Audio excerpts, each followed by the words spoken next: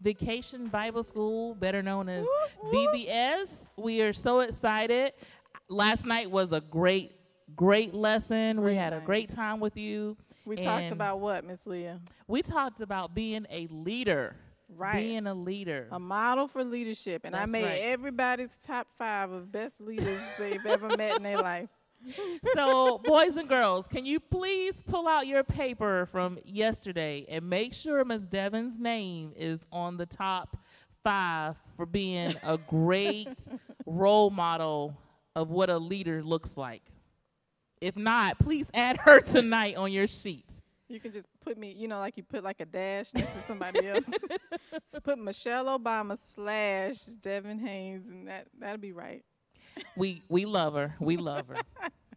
So we are back, and we're so grateful that you came to join us again. That means y'all had a great time at home, just as much fun as we had here. Today we're going to be talking about doing the right thing. Doing the right thing. Yeah, we talked a little bit about that yesterday because we said you have to be doing the right thing if you want to be a leader or a model for leadership, That's right? And we know sometimes it's tempting not to do the right thing. Sometimes it can be a little hard to do the right thing. So let's just dive right on in and start talking about doing the right thing. Should we start with our verse? Let's start with our key verse for today, and it's going to be coming from 2 Kings chapter 22, verse 2, and it reads, "He did what was right in the sight of the Lord and walked in all the way of his father David. He did not turn aside to the right or to the left." Good. Thank you, Ms. Devon. Very nice. She learned that really well in school. See, you have to read out loud in church sometimes, so you want to practice reading out loud at home. That's right. So now I'm going to read out loud. We'll see how good I am. Ms. Devon has a story for us, so we need you to get your listening ears on, because Ms. Devon has an awesome story about doing the right thing. All right, so let me go ahead. All right, so long ago, there was a king named Josiah who ruled Israel. Josiah was different from other kings. For one thing, he took the throne when he was only 8 years old. Can y'all believe that? Some of you at home are 8 years old. Or older than 8. You could have been a king by now. Who knew? All right, he also did what was right in the sight of the Lord. He did not turn aside to the right or to the left. Many people at the time were evil, greedy, and selfish. They did whatever they felt like doing. But Josiah was like his relative, King David. Do you remember David in the Bible that killed Goliath? Was David a king? He was a king. He was a king. So that was like his, 5th cousin removed or something like that. So that was the distant cousin at the barbecue. Right. Well, I mean, they weren't at barbecue because they were like hundreds of years apart in time. But Josiah was a king, and he was related to King David. So let me keep reading. Both Josiah's father and grandfather had been cruel kings, but Josiah was godly. Josiah was a leader who loved holiness. Surprisingly, holiness has nothing to do with walking around with your eyes closed in prayer while quoting Bible scriptures. That's not holiness. Holiness is about being devoted to God. It means depending on Him to help you at home, school, and everywhere else. Those who are holy resist evil because they love God and want to please Him in everything they say, do, and think. Wow. So we learned that Josiah was young. He was only 8 years old. I didn't know you could be a king at 8 years old, but I guess back then if you are the son of the king and the king dies, then you become king. But also, Ms. Devon, remember, God can choose who He wants to. That's true. Whenever He wants to. That's true. Because He chose David. He chose David. Which is his 5th cousin removed on his mama's side. At the fish fry. So Josiah, God felt that Josiah was what's that R word we talk about all the time? Responsible enough to take control, to take lead, and lead his other people to him. Right.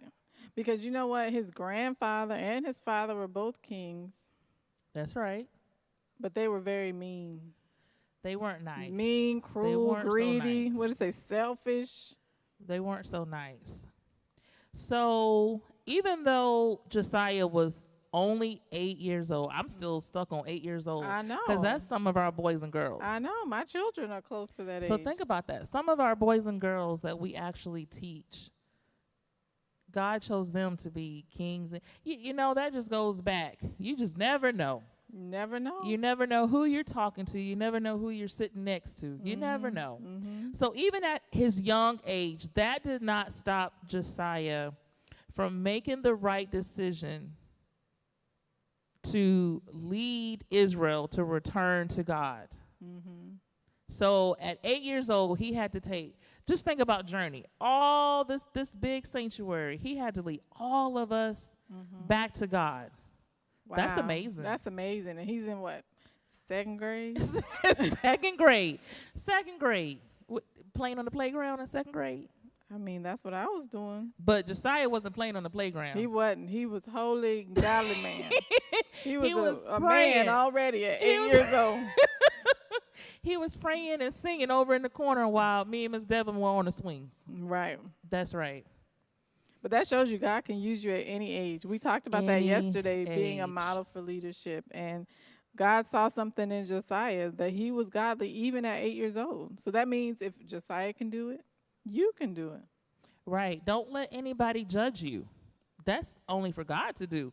Right. So what does it mean? You know, what are Christians supposed to do when there's so much evil and bad things happening in the world? You know, sometimes kids do things because they see other kids do it.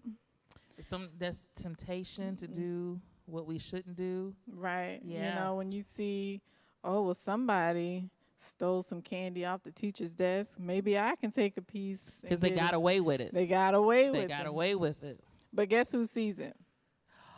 The one and only. God sees The one and everything. only. God sees everything. Whether it's good or bad. Right. That's right. Right. Exactly.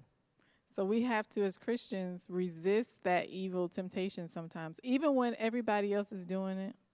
You know, when there's 3 lanes worth of traffic and you just say, you know what?